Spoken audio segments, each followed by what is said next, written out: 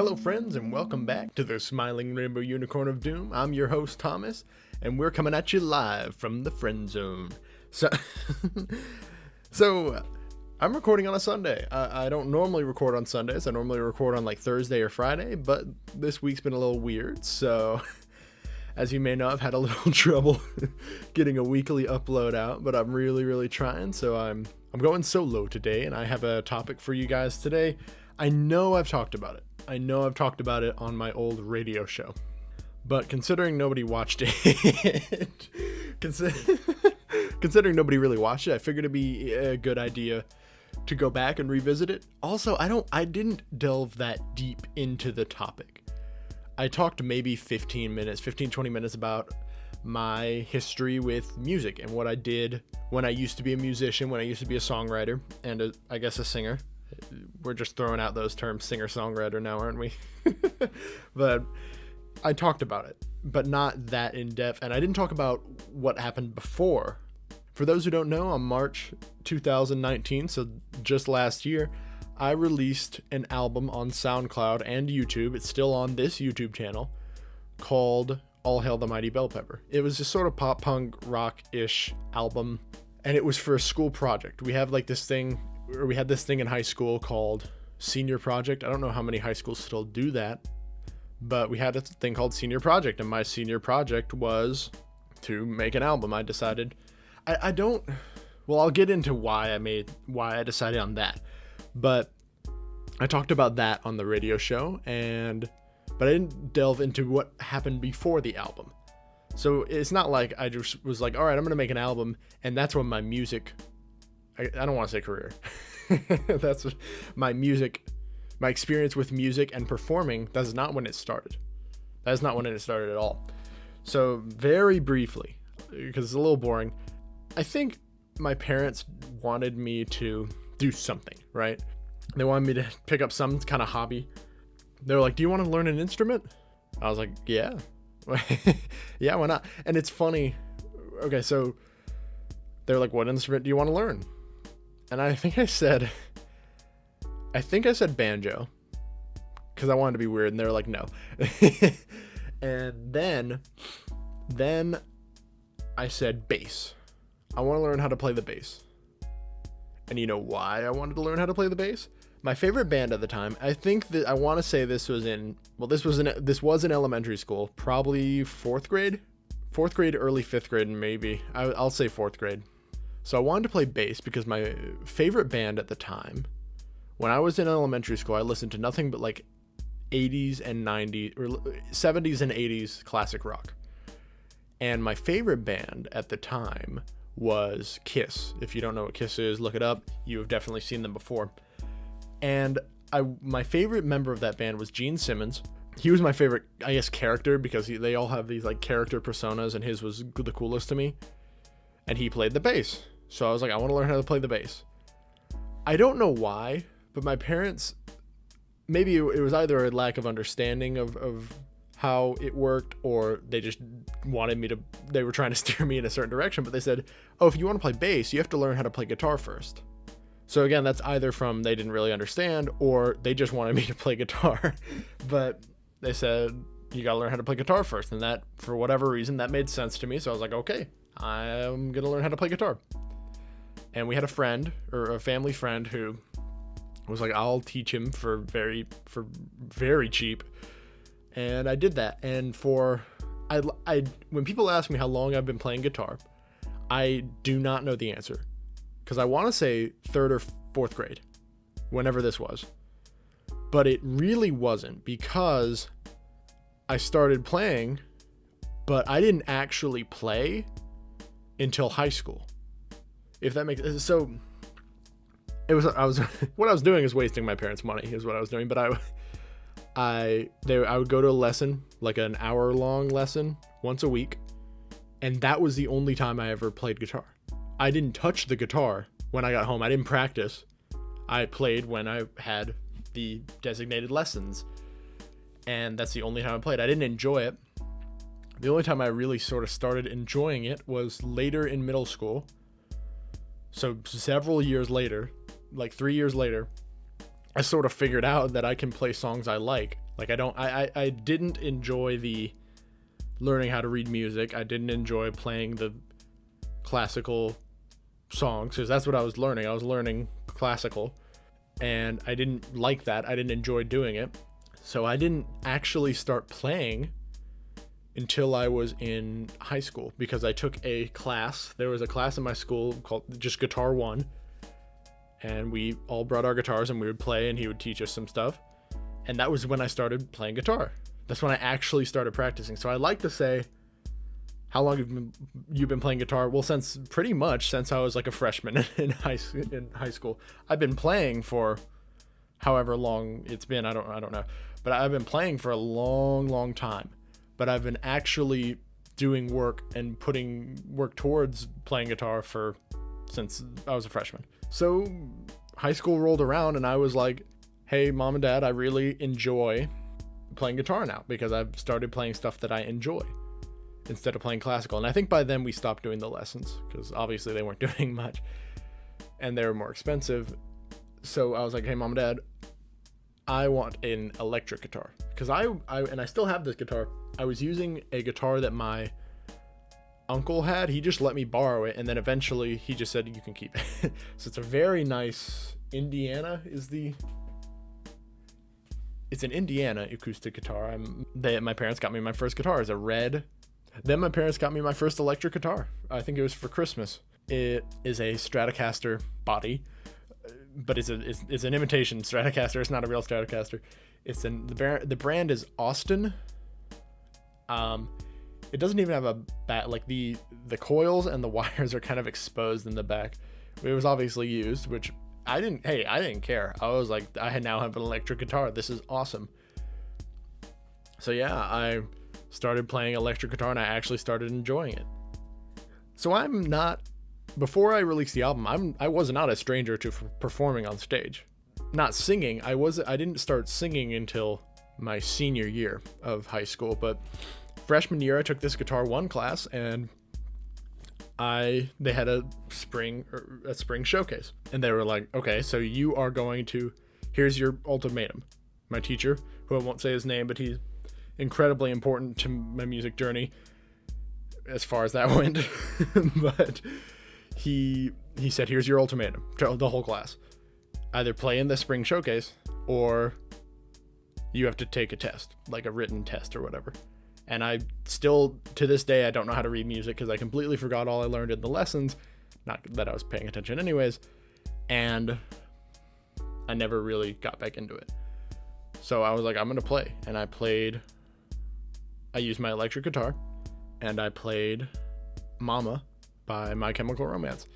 And looking back on that recording, I don't know if we still have the recording, but when we did record it at one point, it was okay. It was just the guitar, and I feel like I am proficient at playing guitar. I would never say I'm great, especially now. I haven't been playing guitar nearly as much as I did in high school.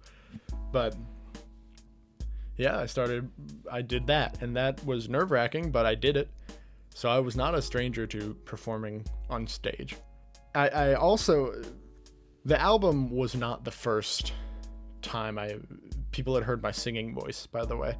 I released the album in March of 2019, but I guess the first time people heard my singing voice at my school was in, I guess, November or December. No, it was December of 2018. It was I took a year. So we had Guitar 1 in freshman year. Sophomore year, I was like, okay, I'm going to not take Guitar 2 my sophomore year, because I'm going to learn how to read music. Junior year rolls around, and I did not learn how to read music, but I took the class anyways. And I lied. I was wrong, by the way. It was December 2017, not 18, that I did the first winter showcase, and I did with, I did a duet with a girl whom I later ended up dating for a while, and it was Little Talks by Of Monsters and Men, and it was a train wreck.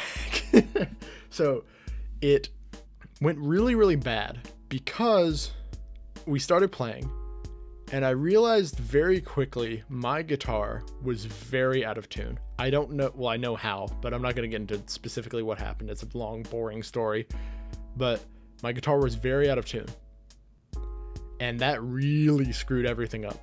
So it sounded pretty bad. It sounded really bad. We sounded great, and people heard my singing voice for the first time. But they're like, obviously his guitar's out of tune, and we didn't really plan for that. So we sort of, I was trying to think, okay, I'll take over and play all the parts. Because I thought it was her guitar at first, by the way. I thought it was her guitar at first. But I was like, okay, one of us has got to take over for the guitar parts. And we never really figured that out because we didn't plan for that. We didn't think that was going to happen. But people had heard my singing voice. People had heard my singing voice for the first time, and they were like, hey, he doesn't sound like a dying whale. And that was a breakthrough moment for me. I was like, okay, I can do it. I can do this. And then later that year, or the next year, I guess, that same school year, the spring showcase happened again. And I don't remember what, I guess, let's say April or May. Same girl. We were now dating at this point, and we played The Afterman by Coheed and Cambria. And that's a good song. Look all those songs up. You've definitely heard Little Talks before. If you haven't, you're lying to yourself. But we played that song and we killed it.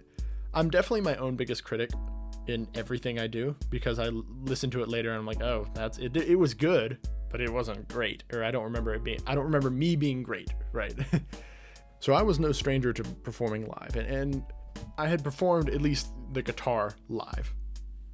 By my sophomore year, I had this friend, my best friend at the time.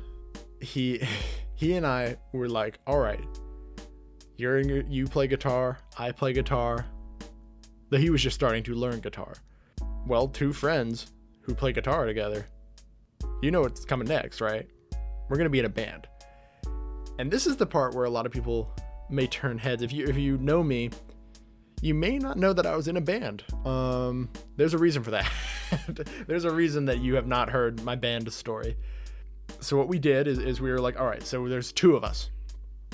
Two people, for what we wanted to do, two people was not enough for a band. So we're like, all right, let's get some friends in on this. So we got, I won't say the names, not that they listen to the podcast anymore, but we got his friend who I didn't know, but we got him. And we had two friends from school. The problem was we didn't tell the two friends from school that they were going to be in a band. We never mentioned that they were going to be in this band, by the way. And you're starting to see immediately there's a big flaw in the fact that we had of this band, is that two of the members don't know that they're in it. But that's 5 members. I won't say the names again, but there are 5 of us, technically. 3 of us actively knew we were going to be in the band. So we sort of designated what we were going to do. I was going to play lead guitar. One of our friends was going to learn how to play the drums. That's literally what we were like. Here's what our plan was contingent on. This friend who A, doesn't know he's in a band, B, probably doesn't want to be in a band, but he's in our band now and he's going to learn how to play drums. That was what we had planned. One of the guys was just gonna play guitar, like backup guitar. My best friend's friend, who I didn't know at this point, was going to sing. And then my best friend was going to play bass, because he had a bass. Can you see the problem already? Is that most of the members didn't know they were going to be in a band. That's a big deal. But it's okay, because we got excited about this band. Well, excuse me. My best friend and I got excited about this band. The 2 people didn't know they were in the band, and one was in it, but he was like, okay, cool, we're in a band now. Whom I still hadn't met at this point, by the way. But, Jesus, oh man. But we got excited. We got really excited. I started making logos, which I'll show on screen. And yes, if you're looking at this picture, you may think that looks a little off. That's because I made it in MS Paint. So we had the drive. We got excited for being in a band. I made the logos. We made album covers, which I'll show. I started writing songs, a few of which I don't remember the names. I'm not going to look it up. But a few of those songs made it on the album that I released in 2019. And we had all this stuff lined up. So we were theoretically ready to be in a band. Then I don't remember why we didn't, but we were like, all right, first band meeting. And we only invited me, my friend, and that guy's friend, the singer, who we thought was going to be the singer. Maybe we had asked the people to be in the band and they said no. I don't remember why they weren't there or why we didn't. I don't remember inviting them. But then it was like, okay, the singer will also be backup guitarist. So there were multiple problems with this band. One was just in the works. My friend and I wanted to make a punk band. The guy who we were inviting, my best friend's friend, who was going to be the singer, did not want to make a punk band. He wanted to make we sort of figured we were going to do covers at first. Even though I started writing songs, we figured we were going to do covers. We wanted to cover we wanted to cover punk songs. And the new guy, wanted to cover classic rock songs. So there's immediately a problem, is that somebody wanted to be in a rock band and we wanted to be in a punk band. I should probably have said, by the way, we named ourselves OSS. One String Short is what we called ourselves. Because one of the guys who we didn't invite into the band had a guitar and he never restrung it. So he had he would just come to class with this guitar and have the guitar is supposed to have 6 strings, and he always had 5 or 4. He just never restrung his guitar. So that's why we named it that. We later found out, I looked it up, One String Short's actually a fairly common band name. There are multiple bands called One String Short. But I like the name. It's a really cool name. And there's the logo I made. That's sort of like the One String Short thing. So immediately we found that problem. We found the problem that we wanted to make a punk band. He wanted to make a rock band. But the problems did not stop there. Oh no. So the first practice happened. We were like, all right, we're going to meet at this guy's house because he is the biggest house. We're going to go. And I couldn't drive at this time, by the way. I was a sophomore. I didn't have a driver's license, so my mom had to drive me with my gear, which was just a cheap amp and this guitar. We went to his house, and the guy who's supposed to be the singer and now the backup guitarist was late, very late, an hour or so.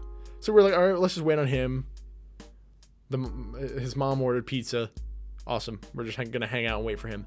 He shows up. And by the way, this is if you're watching, I don't know why you would be, but if you're watching, you're a cool dude. But you're a strange dude. There's no way in heck he is watching. But he pulls up and he had I think he had combat boots, a trench coat, a giant purple fedora, and a cane. And I was like, okay. Well, first thing I was like, okay, this guy's weird. Second thing, I was like, well, now I embrace that. Now I'm like, okay, that guy's weird, and he freaking owns it. The second thing I realized is, oh, he's gonna be a perfect lead singer, right? Is that he has confidence. The problem came very quickly in his arrival. We realized he didn't have a guitar with him. He was the backup guitarist for our band, and he didn't have a guitar. And we didn't have extra guitars. We each had a guitar. So we were like, okay, so you'll just sing this practice. And we found out very quickly that I was the only one who actually wanted to do it. I was like, all right, here's this song I wrote. Here's how it goes. And we are going to practice it. We didn't know how, I still don't know how to practice with a band. I guess you just sort of do it. But I was like, we're going to sing along together or something like that, so you know the words.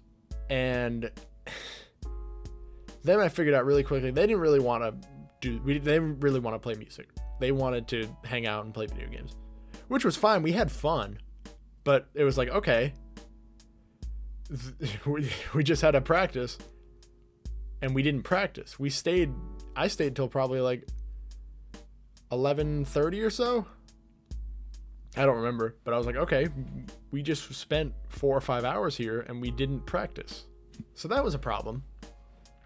After that, here's why you haven't heard the story, is because after that practice, I was still friends with that guy from school, but I never talked to the other guy again. I have yet to speak with that guy.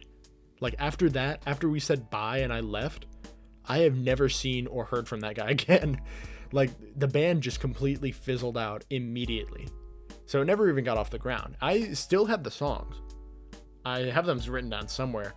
And one or two of them, I know for a fact one of them, I want to say two more. So 1 or 3 or so made it onto the album, which I'll talk about in a minute. But that was one of the main problems with the album, is you listen to some of the lyrics and it sounds like a 15-year-old boy who just discovered he had feelings wrote these songs. And that's exactly what it was. It was a 15-year-old me who just discovered that I have feelings and I can write. And I was listening to a lot of like cringy emo music. So I was like, I know how to make poetry, damn it.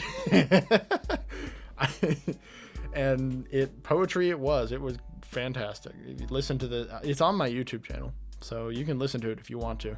But that was one of the main problems with the album. And I'll talk about the album now. So the album was named All Hail the Mighty Bell Pepper. And I still love that name, by the way. I still use that, like, AHMBP is my username for a lot of stuff now, for a lot of video games, because those are the letters of the album, is AHMBP.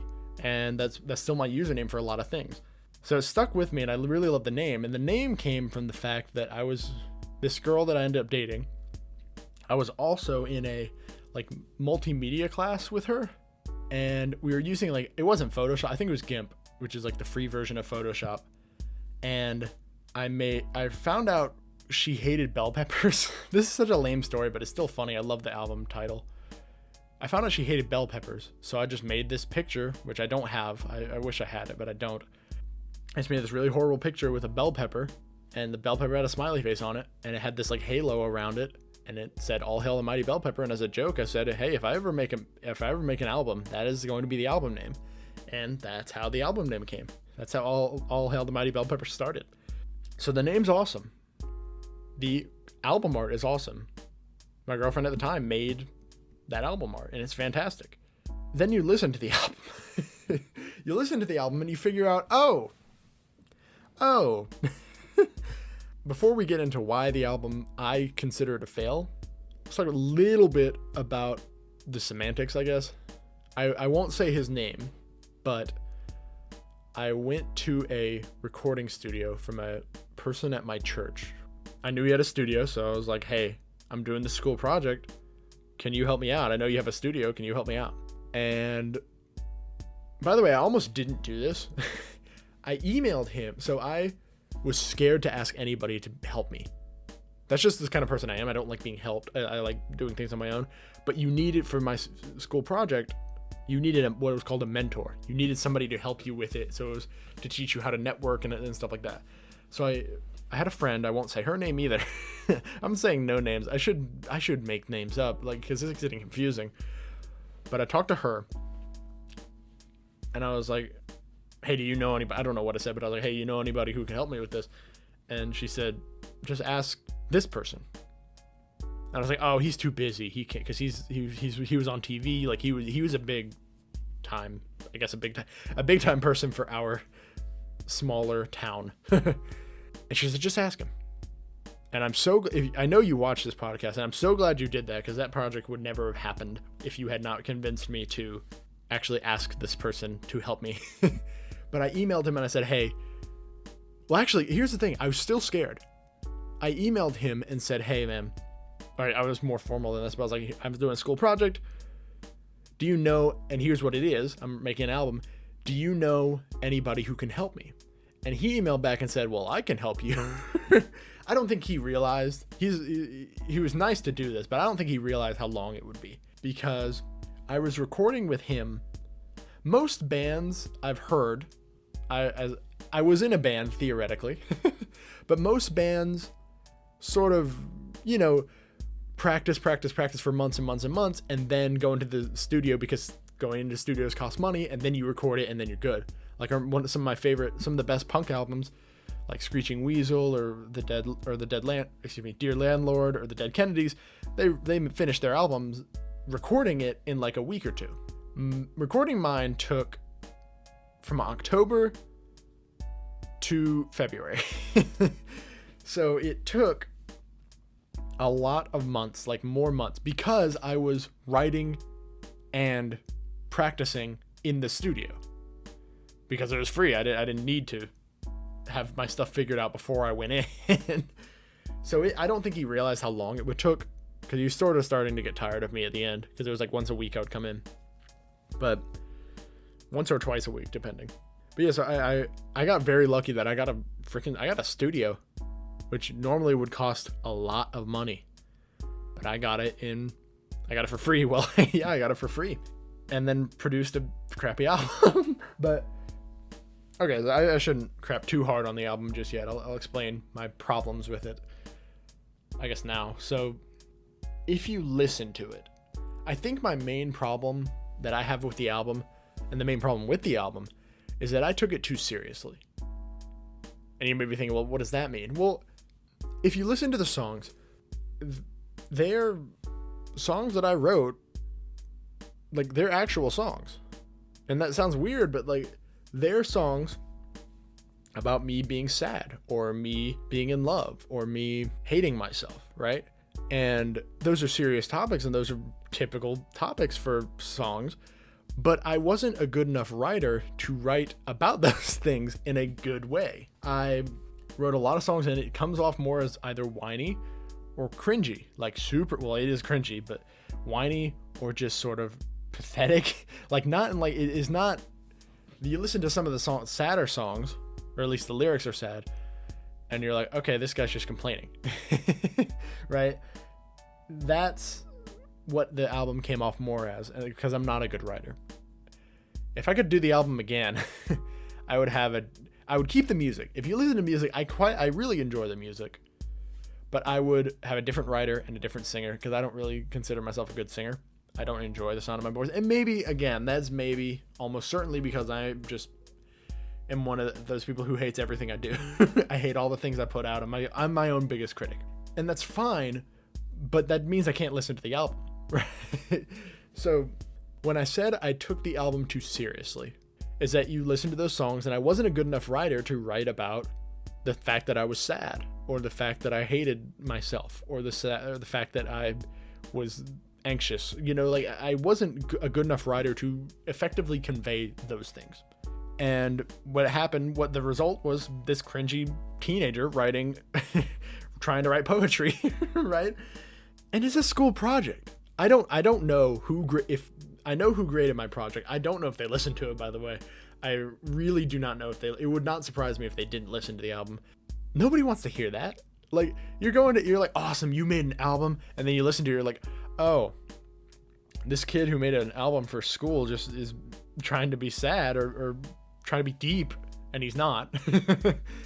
What I should have done is try to make it funny, right? I don't consider myself that funny, but I'm not an unfunny person. I could write funny songs, and I wrote a funny song in that album, but I took it too seriously, right? I decided that I wanted to convey these emotions rather than I want to make people laugh or just have a silly punk album. And if you listen to the album, it's not a punk album. It's like some weird soft rock, maybe a little bit of pop punk album.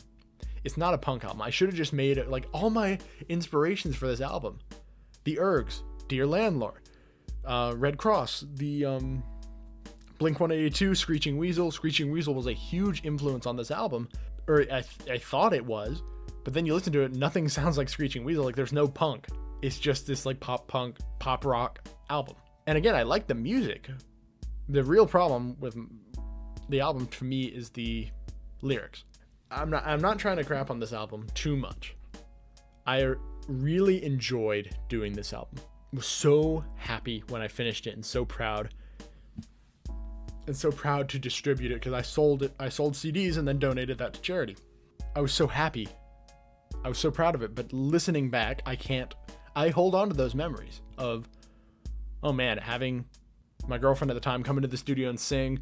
I was trying to record while I just got my wisdom teeth out, so there's this recording out there somewhere of me singing one of the songs. I believe it was Grease. I have a song called Grease, and it just sounds horrible because I just got my wisdom teeth out, so I was still bleeding trying to write this album, which is pretty metal, by the way.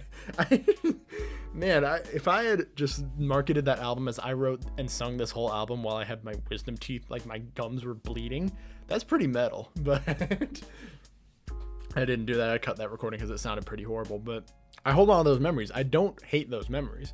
It's just the product I was proud of at the time, but I can't listen to it now. It's not good to me. But the reason I consider it a failure is because I didn't do anything to market it or do anything to help myself in any way, and was still upset that there was general apathy towards the album. So I didn't post it on Spotify. I still don't know how to post stuff on Spotify, but I could have figured it out and done it, but I didn't. And of course there was other stuff going on. I mean, I was about to graduate high school. That's a lot of stress and a lot of stuff to figure out, but I didn't do anything extra to help myself with this album. Like I didn't go to any local, I mean, we don't really have any, a lot of local CD stores, but I could have done that and tried to sell them there. I didn't. I could have gone to Spotify and done it. I just posted on SoundCloud and YouTube, and I was happy with that. But then the problem with that is, like, that's fine, because I understood it was a senior project. It was just a school project. I wasn't expecting to get big off of this album. It was just for fun. But I was still upset at the general apathy towards it. One of my favorite podcasts, and I definitely recommend you listen, is called Casual Interactions, and it's John McGuire, Frank Iero, and Sean Simon, and they're a member of one of my favorite bands ever. They're called Pensy Prep, which had one album, which is one of my favorite albums ever, Heartbreak in Stereo, and then they broke up. But they came back together last year, and they made a few episodes of the podcast. And they mentioned, that was just me recommending them, I guess, but they mentioned something about Heartbreak in Stereo, because Heartbreak in Stereo, while I love that album is one of my favorite albums, it was commercially a failure. Nobody really listened to it, but they've said it best. You put all your heart and soul into something for months and months and almost years. You expect, whether it's good or not, you expect the level of love and celebration of it to equal the amount of work you put into it. And a lot of times that just doesn't happen. So that was my main problem, was then you get to SoundCloud and you look at the views. I don't know what it is now, but last I checked, which was several months ago, average view count is like 10 to 15 views. And that's the range of views that this podcast gets. But I accept that now. That was my first me putting myself out there and posting something moment. And I expected it to be big because for whatever reason, I posted a single before I wanted to act like a musician. So I posted a single a few months before I posted the album, and for whatever reason that one got like 300 views in the first week. So I was like, oh shoot, SoundCloud's a cool platform that just people listen to everything and they'll listen to my stuff. So I wasn't expecting 300 views on everything. I was expecting maybe in the hundreds, and I didn't get anywhere near that. And you know what, 20 is not an insignificant number for views, but I was expecting so much more, especially again, it wasn't helped by the fact that it now has over like 600 views, but then it had like 300 within the first week. And I was like, okay, this is the bar that it set. And obviously the album did not meet that bar. I don't hate the album. I want to preface that. I would encourage you to listen to it and then roast it in the comments. Roast it in the comments if you want. But yeah, that's my music experience. A lot of people may have been expecting me to continue doing music, and I don't plan on it. I consider doing something, and I still may, just randomly post a song, like just me and my acoustic guitar on a microphone, and just see how that sounds, if that works. Just for fun. I don't expect anything out of it. But just because I do enjoy music, I do still play guitar. I just won't take it that seriously this time, and I think that's a good way to go when you're not expecting to be in the music biz, like in the music industry. Went a little long today. I'll hopefully cut it down a little bit, but thank you guys so much for tuning in to the Smiling Rainbow Unicorn of Doom this week and every week. I'm sorry for the late upload, but stuff's getting weird. I still am taking summer classes, so that always comes first. But I really appreciate you guys coming back every week and listening to me just talk about random crap. I really appreciate it. You guys are awesome, and you should stay awesome. Peace.